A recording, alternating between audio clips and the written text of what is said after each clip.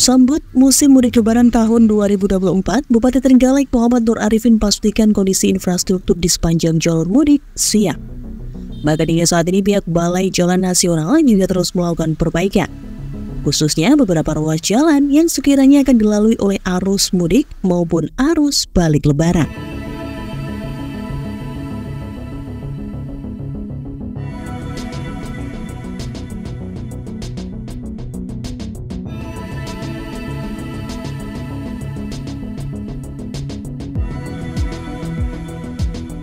Menurut Mas Ipin, selain memastikan kesiapan infrastruktur, Pemkab Trenggalek bersama jajaran TNI Polri dan pihak terkait juga akan memastikan kondisi keamanan dan kenyamanan warga selama perayaan Hari Raya Idul Fitri 1445 Hijriah.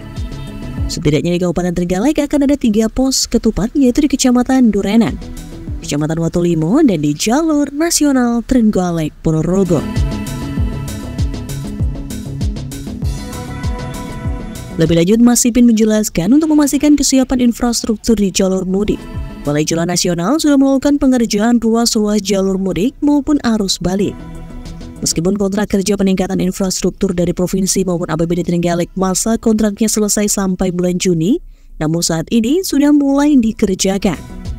Pemkab Trenggalek juga sudah mulai bergerak dengan menggunakan anggaran APBD.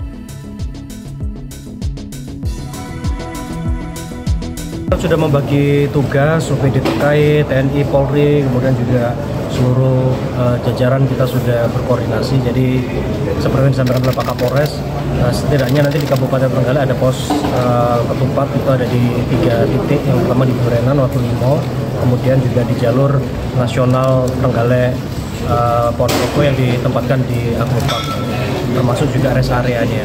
Jadi rasanya semuanya sudah cukup. Terus kemudian juga hari-hari ini Balai Jalan Nasional juga sedang melakukan pengerjaan, patching jalan dan segala macam untuk ruas-ruas yang kiranya akan dilalui oleh arus mudik maupun arus balik.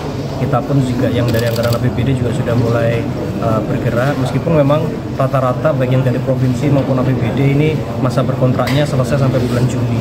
Tapi setidaknya kita sudah mulai menyicil kegiatan pekerjaan sehingga tidak terlalu nanti parah lah di beberapa tempat. Kalau untuk anggaran emergensi sebenarnya Pemkab sudah melakukan patching di beberapa ruas itu sudah mulai sejak Januari. Tapi karena memang anggaran tahun ini tersedot banyak untuk pemilu maupun pemilu kada, jadi memang anggaran untuk infrastruktur sedikit lebih terkonstruksi dibandingkan tahun-tahun yang sebelumnya.